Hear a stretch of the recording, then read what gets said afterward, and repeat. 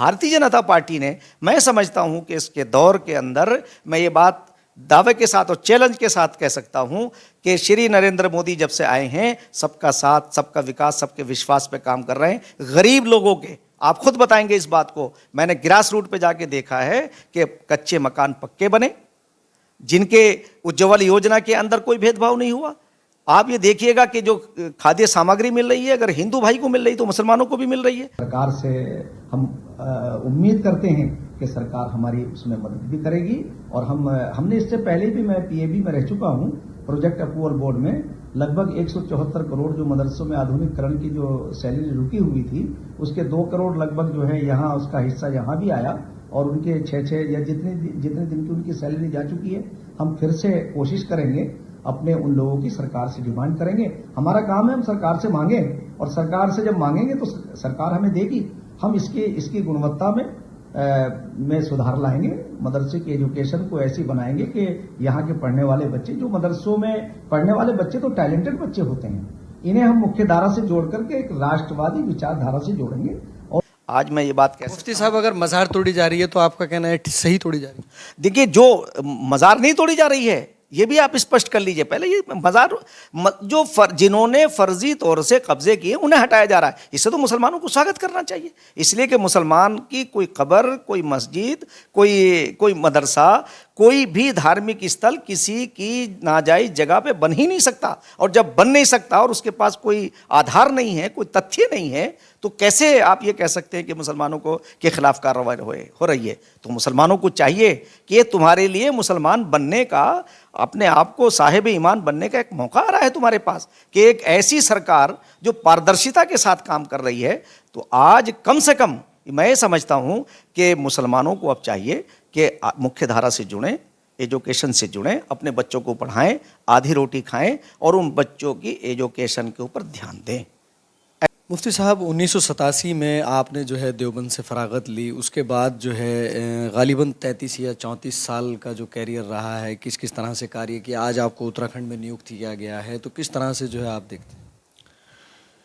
हाँ, आपने जो आपका प्रश्न है बहुत मार्मिक है, और मैं आपको बताना चाहूँगा कि दारुल देवबंद से फरागत के बाद मैंने जब ये हालात देखें कि राम जन्मभूमि और बाबरी मस्जिद पे जो हिंदू और मुसलमानों में आपस में डिफरेंसेस होने लगे, तो उसी वक्त से हमने तय किया था कि हम एक ऐसा रास्ता चुनेंगे कि जो देश और देश के लोगों के लिए बेहतर रास्ता होगा, जो हमारी परंपराओं से जुड़ा हुआ हो, हमारी रिवायतों से जुड़ा हुआ हो।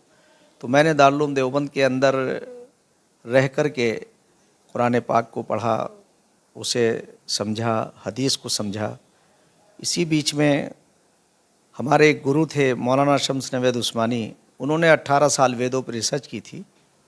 तो उन्होंने कहा कि दुनिया का, संसार का पहला जो ज्ञान है वो वेद है, और अंतिम जो इल्म है, जो ज्ञान है, वो कुरान है, और दोनों का मूल एक है। एको ब्रह्म द्वितीय नास्ते, नेहना नास्ते वाहदहू ला शरीक, वन गॉड विदाउट सेकेंड, अव्वल अल्लाह नूर, उपाय कुदरत के सब बंदे, एक ही नूर से सब जग उपजे, कौन भले कौन मंदे। फिर अल्लाह पाक कहता है, ऐ लोगों, हमने तुम्हें एक ही नरो नारी से पैदा किया है। हमने उसे पढ़ा, या अय्युहन्नास इन्ना खलकनाकुम मिन ज़करिन व उन्सा, ऐ लोगों, हमने तुम्हें एक ही नरो नारी से, यानी एक ही मर्द व खातून से पैदा किया है। तो मैं कहना चाहता हूँ कि हम आदम से आदमी और मनु से मनुष्य कहलाए हैं। यानी अगर आप इस पे आएँ तो आदम व हव्वा में पार्वती और शिव जी। आपको कहना चाहता हूँ कि इल्म के दौर में, यानी ज्ञान के दौर में अज्ञानता बढ़ी। तो जब हमने इन हालात को देखा तो बहुत मन में ये बात आई कि आखिर जब हिंदू और मुसलमान दोनों के दूध और खून के रिश्ते हैं, तो फिर ये आपस में लड़ क्यों रहे हैं? तो अब हमने अपने समाज को देखा तो समाज के अंदर हमारे बहुत ज़्यादा हमने एजुकेशन की कमी पाई। दीनी एजुकेशन और दुनियावी एजुकेशन से जुड़े हुए लोग दोनों अलग अलग बैठे हैं। जो हमारे धर्मावलंबी हैं यानी उलमाज हैं, वो अपने आप को समझते हैं हम तो मुनज़्ज़म मिन अल्लाह हैं, हम अल्लाह के ज़्यादा करीब हैं। और जो दुनियावी यानी सामाजिक जो तबका था हमारा जो एजुकेशनल था, वो अपने आप को ये समझता था हम अलग वो हैं। तो उस पर हमने ये देखा कि बड़े डिफरेंसेस हैं और हिंदू और मुसलमानों में आपस में डिफरेंसेस हैं। तो मैं आपको बताऊं, मेरे जो गुरु थे शम्स नवेद उस्मानी साहब, उनकी वो रिसर्च तो 1989 के अंदर आचार्य श्री शर्मा जी, जो हरिद्वार में गायत्री परिवार के मुखिया थे, बहुत ही दिव्य आत्मा थी वो। तो जब शम्स नवेद उस्मानी साहब उनके पास आए, उन्होंने ऋग्वेद दिया उन्हें और उन्होंने उन्हें कुरान दिया।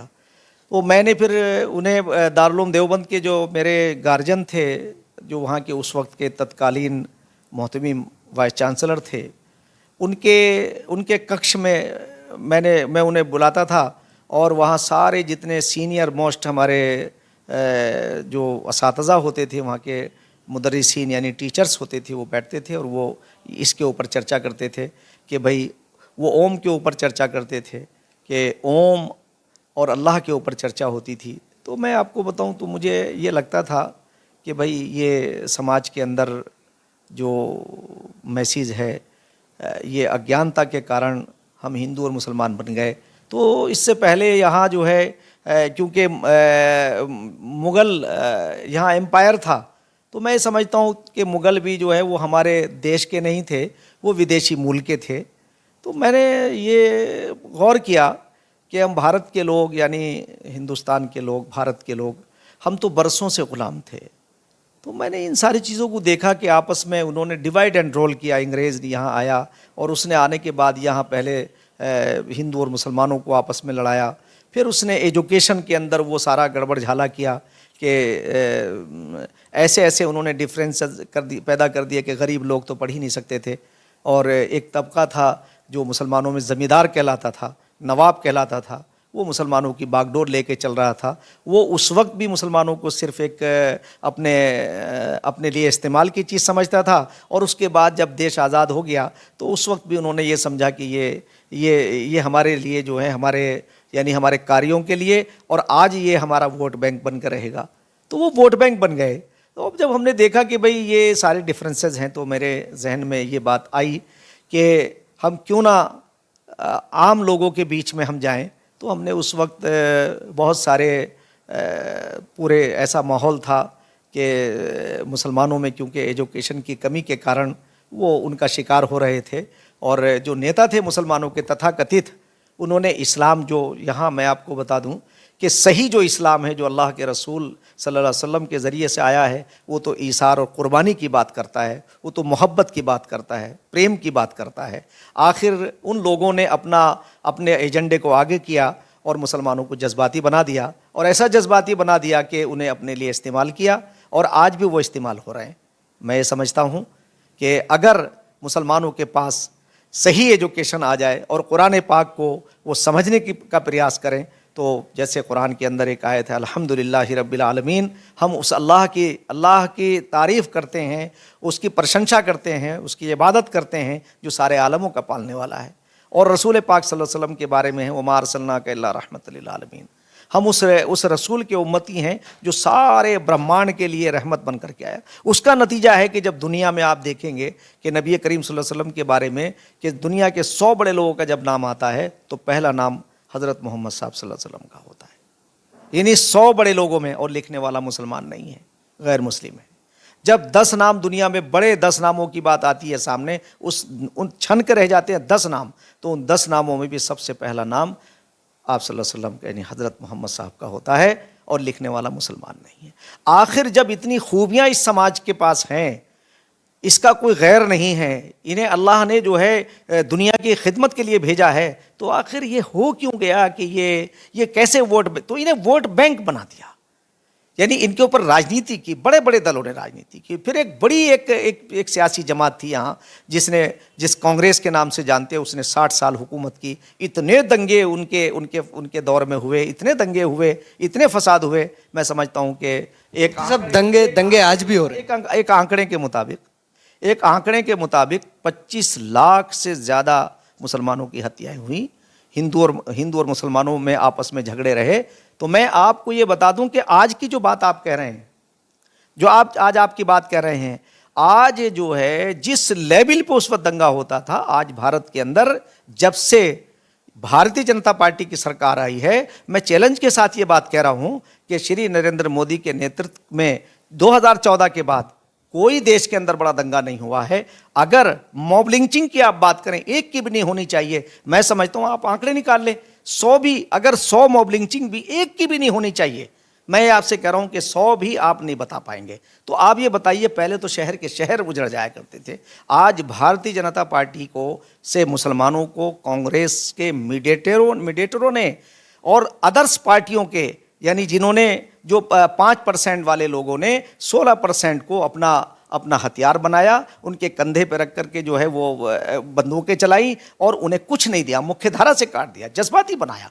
भारतीय जनता पार्टी ने, मैं समझता हूं कि इसके दौर के अंदर, मैं ये बात दावे के साथ और चैलेंज के साथ कह सकता हूं कि श्री नरेंद्र मोदी जब से आए हैं, सबका साथ, सबका विकास, सबके विश्वास पे काम कर रहे हैं। गरीब लोगों के, आप खुद बताएंगे इस बात को, मैंने ग्रास रूट पे जाके देखा है कि कच्चे मकान पक्के बने, जिनके उज्ज्वल योजना के अंदर कोई भेदभाव नहीं हुआ। आप ये देखिएगा कि जो खाद्य सामग्री मिल रही है, अगर हिंदू भाई को मिल रही है तो मुसलमानों को भी मिल रही है। तो सबका साथ, सबका विकास, सबके विश्वास पे काम हो रहा है। मैं उत्तराखंड राज्य की अगर बात करूं तो उत्तराखंड राज्य जो बहुत महत्वपूर्ण है, और यहाँ जो है इतनी संभावनाएं हैं, और इस स्टेट का इतना महत्व है कि यहाँ के मुख्यमंत्री आदरणीय श्री पुष्कर सिंह धामी जी बगैर किसी भेदभाव के काम कर रहे हैं। और हम ये माइनॉरिटी मेजॉरिटी नहीं, हम तो ये चाहेंगे कि इस उत्तराखंड राज्य के तमाम नागरिक, हिंदू और मुसलमान, सिख और ईसाई, एक ऐसी उनकी आइडेंटिटी बने, और इसके ऊपर ये सरकार काम कर रही है। यानी सरकार के, प्रधानमंत्री के विश्वास पात्र हैं हमारे आदरणीय मुख्यमंत्री जी श्री धामी जी, और वो बगैर भेदभाव के काम कर रहे हैं। और जो कार्रवाइयाँ उन्होंने की हैं, जो अगर आप ये कहते हैं कि जो मज़ारों के ऊपर जो लैंड जिहाद की बात आई, मैं उसे इसलिए कह रहा हूँ कि यहाँ की ज़मीन कीमती ज़मीन है जो सरकार की है, उस पर अनऑथराइज तौर से जो है अगर किसी ने कोई कब्र बनाई है, उन्हीं के खिलाफ कार्रवाई नहीं हुई। बड़े बड़े भूमाफियाओं का बगैर किसी भेदभाव के उनके ऊपर कार्रवाई हुई है कि उसमें कोई किसी को नहीं देखा गया है।